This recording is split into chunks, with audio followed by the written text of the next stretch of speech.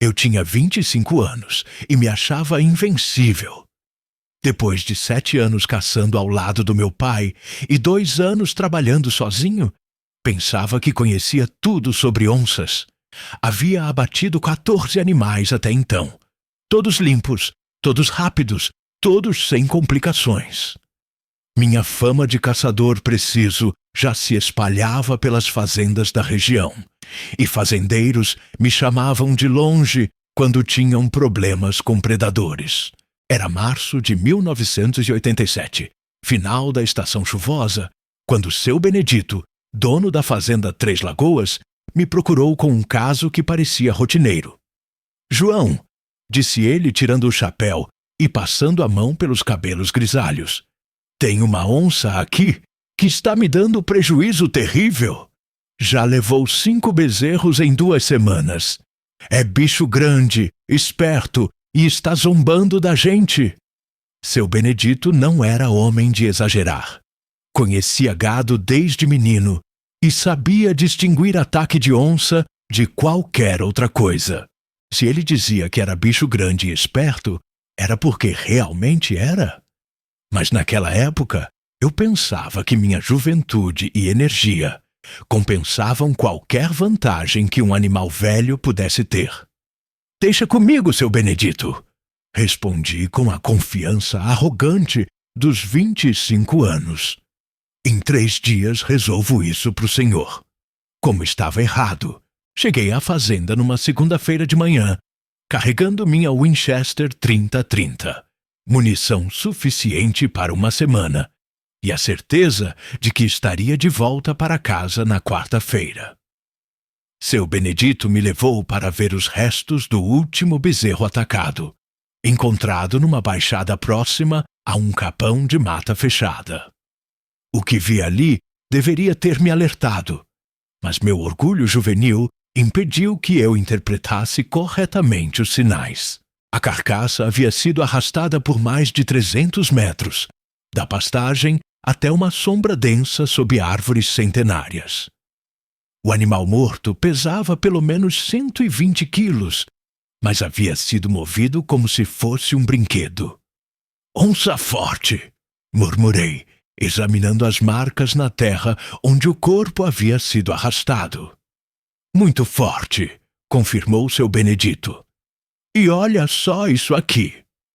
Ele apontou para uma árvore próxima, onde arranhaduras profundas marcavam o tronco a quase 3 metros de altura.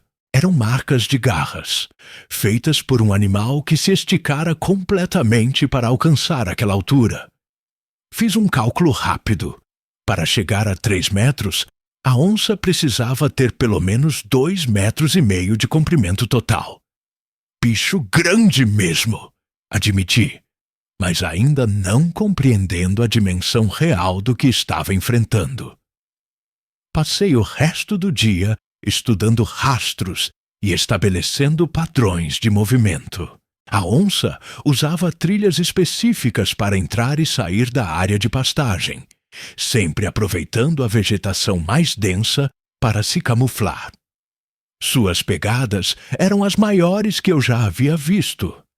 Patas traseiras de quase 15 centímetros de comprimento, indicando um macho adulto no auge da força física. Montei minha primeira espera numa árvore próxima ao bebedouro que o gado costumava frequentar no final da tarde. Era uma estratégia que funcionara muitas vezes antes: aguardar pacientemente até que o predador aparecesse para beber água ou procurar presas fáceis. Fiquei 6 horas imóvel naquela árvore, desde as 4 da tarde até as 10 da noite. Não vi nem sombra de onça. Desci frustrado, mas não preocupado. Muitas caçadas exigiam mais de um dia de espera. Na manhã seguinte, descobri por que minha emboscada havia falhado. A onça havia bebido água no coricho, sim, mas do lado oposto ao que eu esperava, numa área onde não havia árvores adequadas para espera. Pior ainda, as pegadas na lama mostravam que ela havia permanecido ali por longo tempo, provavelmente observando a movimentação do gado e, talvez, a minha também. Isso me incomodou. Onças são animais inteligentes, mas raramente dedicam tempo para estudar comportamento humano. Esta estava agindo de forma diferente, mais cautelosa, mais estratégica. Mudei de tática. Em vez de esperas fixas, decidi rastreá-la ativamente, seguindo suas pegadas até encontrá-la descansando durante o dia. Era uma abordagem mais arriscada, mas eu confiava na minha habilidade de movimentação silenciosa e tiro certeiro. O terceiro dia de caçada começou cedo, com o primeiro clarão do amanhecer. Encontrei rastros frescos na margem de uma lagoa pequena, a aproximadamente 2 quilômetros da sede da fazenda. As pegadas seguiam uma trilha natural que cortava um trecho de mata fechada. Território ideal para emboscadas. Segui as marcas com cuidado, parando frequentemente para ouvir ruídos e observar sinais de presença animal. A trilha serpenteava entre árvores antigas, cujos galhos entrelaçados filtravam a luz solar em pontos dourados que dançavam no chão. Era bonito, mas também perigoso. Muitos lugares para uma onça se esconder. Muitas oportunidades para ataques surpresa. Havia caminhado cerca de 500 metros quando as pegadas simplesmente desapareceram. Não gradualmente, como quando um animal deixa terreno macio e pisa em superfície dura. De repente, como se o bicho tivesse voado. Parei imediatamente, todos os sentidos em alerta máximo. Algo estava errado. Muito errado. Foi quando ouvi o ruído atrás de mim. Não era som de galhos quebrados ou folhas secas pisoteadas. Era um ruído baixo, gutural, quase inaudível. Um rosnado contido que fazia minha pele se arrepiar instintivamente. Virei-me devagar, muito devagar, segurando a Winchester com firmeza, mas sem fazer movimentos bruscos. A princípio, não vi nada além de vegetação densa e sombras brincando entre as árvores. Então, meus olhos se ajustaram e eu a vi. Ela estava a menos de 10 metros de distância, meio escondida atrás de um tronco caído, mas perfeitamente visível para quem soubesse onde olhar. Era um animal magnífico e aterrorizante ao mesmo tempo. Maior que qualquer onça que eu havia encontrado antes, com músculos que se destacavam sob a pelagem dourada salpicada de rosetas negras perfeitas. Mas o que mais me impressionou foram seus olhos. Não eram os olhos amarelos típicos da espécie. Eram dourados, intensos, inteligentes, e me fitavam com uma expressão que eu nunca havia visto em animal selvagem antes. Curiosidade calculada, como se ela estivesse me estudando, avaliando minhas reações, planejando sua próxima jogada. Ficamos assim por alguns segundos que pareceram eternos, predador e predador se encarando numa floresta silenciosa. Minha Winchester estava carregada e pronta, mas algo me impedia de atirar imediatamente. Talvez fosse a majestade do animal. Talvez fosse o reconhecimento instintivo de que estava diante de algo especial. Então, ela se moveu. Não foi um ataque direto, como eu esperava. Foi um movimento lateral, fluido, quase deslizando entre as árvores sem fazer ruído. Em segundos, havia desaparecido da minha vista, mas eu sabia que continuava próxima. Podia sentir sua presença como peso físico no ar. Procurei-a com os olhos, movendo a cabeça lentamente, tentando detectar qualquer movimento na vegetação. Nada. Era como se a mata tivesse engolido uma criatura de 90 quilos sem deixar vestígios. Depois ouvi novamente o rosnado baixo, mas desta vez vinha de uma direção completamente diferente. Ela havia se movido sem que eu percebesse. posicionando-se em local que me forçava a virar as costas para onde estivera anteriormente. Compreendi então que não estava caçando. Estava sendo caçado. Galera, deixem nos comentários de que cidade vocês estão nos acompanhando. Vamos ver quantos brasileiros estão vivendo essa tensão junto com o João Onça. A onça estava brincando comigo, testando minhas reações, estudando meus movimentos, descobrindo meus pontos fracos. Nunca havia enfrentado um animal que demonstrasse tal nível de inteligência estratégica. Tentei recuperar o controle da situação. Posicionei-me com as costas contra uma árvore grande, eliminando a possibilidade de ataques por trás, e aguardei que ela se mostrasse novamente. A Winchester estava firme em minhas mãos, dedo no gatilho, mira pronta. Minutos passaram. A floresta estava silenciosa demais. Nem pássaros, nem insetos, nem vento. Apenas minha respiração controlada e o bater do meu coração, que começava a acelerar apesar dos esforços para manter a calma. Então, ela apareceu novamente, mas não onde eu esperava.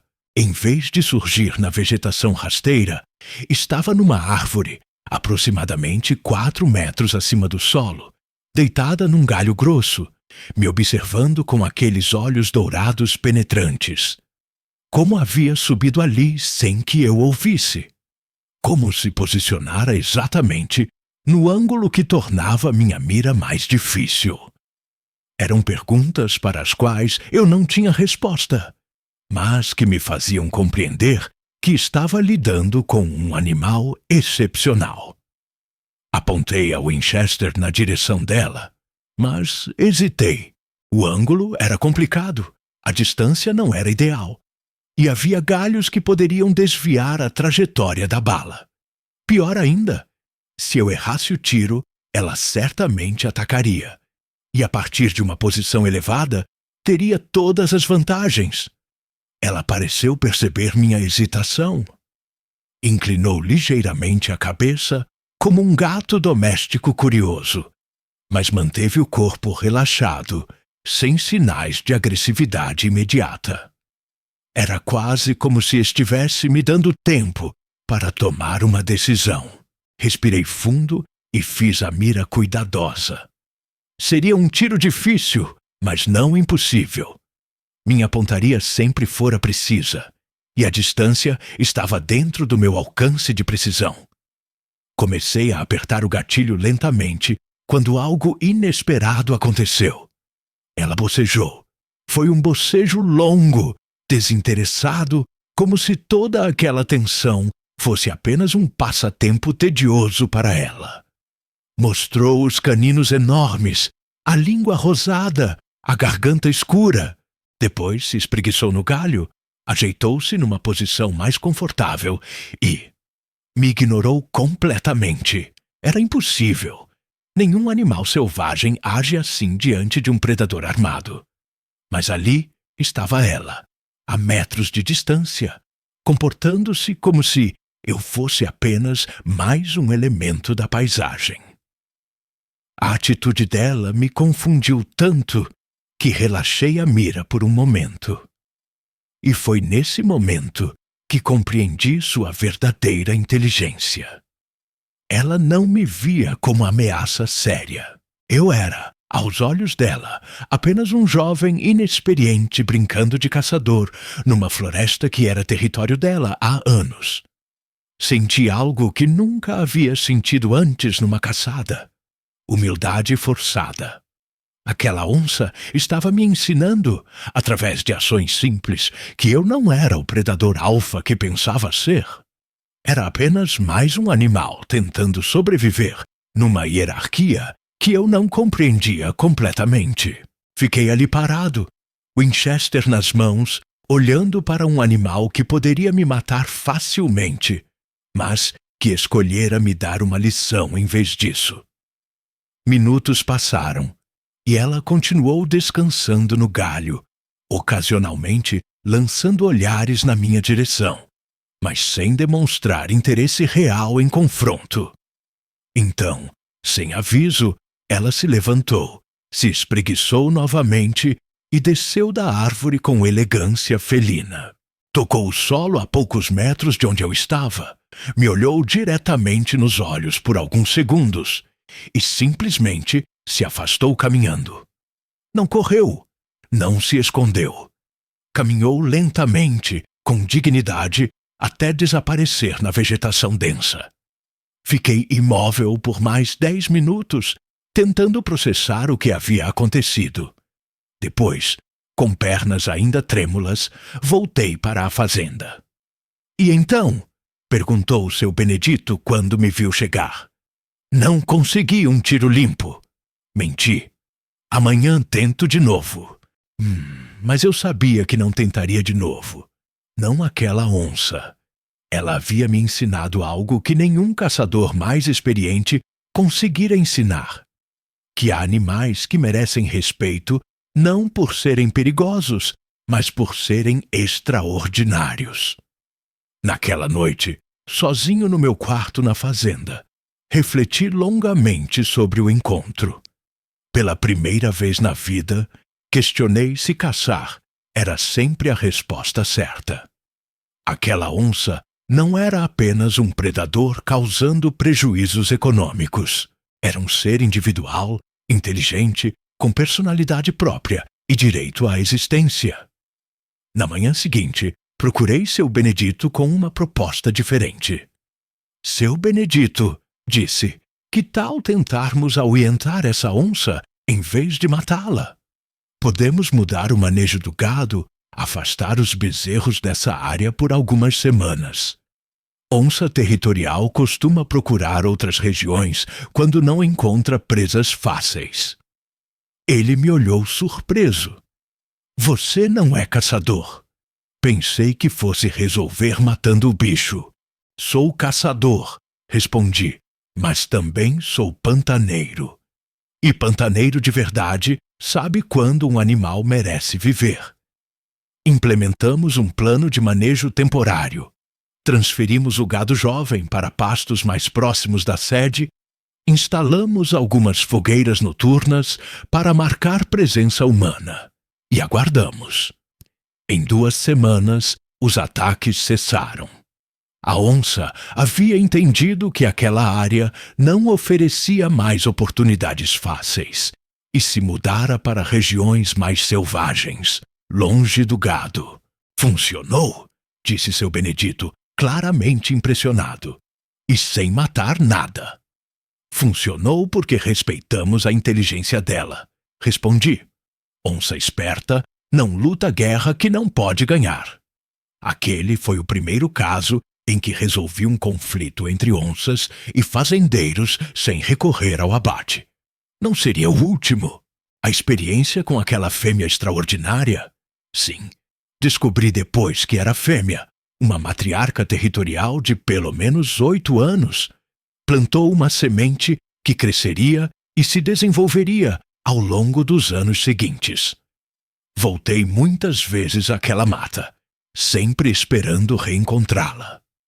Nunca mais a vi, mas ocasionalmente encontrava suas pegadas, sempre em locais que sugeriam que ela sabia da minha presença e escolhia se mostrar ou não. Era como um jogo respeitoso entre 2 predadores que haviam estabelecido regras próprias de convivência. Deixem nos comentários de que cidade vocês estão nos acompanhando essa história. Vamos ver quantos lugares diferentes estão conhecendo a sabedoria do Pantanal.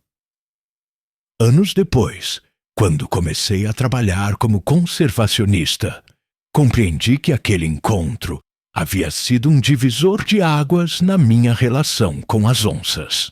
Pela primeira vez, havia enxergado uma delas não como alvo, mas como indivíduo. Não como problema a ser resolvido, mas como criatura com direito próprio à existência. A onça que me ensinou a ter medo não me ensinou medo da morte ou do perigo físico. Ensinou-me medo de ser arrogante, de subestimar a inteligência dos animais que caçava. de pensar que conhecimento técnico era suficiente para compreender a complexidade da vida selvagem. Ela me ensinou que verdadeiro respeito pela natureza começa com humildade diante daquilo que não compreendemos completamente. Durante os anos seguintes, continuei caçando quando necessário, mas nunca mais da mesma forma. Sempre me lembrava daquela tarde na mata fechada, quando uma onça magnífica decidiu me dar uma lição de vida em vez de me matar. E quando, décadas depois, criei o Instituto de Conservação com minha filha Maria, o primeiro princípio que estabelecemos foi: cada onça é um indivíduo único, com personalidade própria e direito à existência.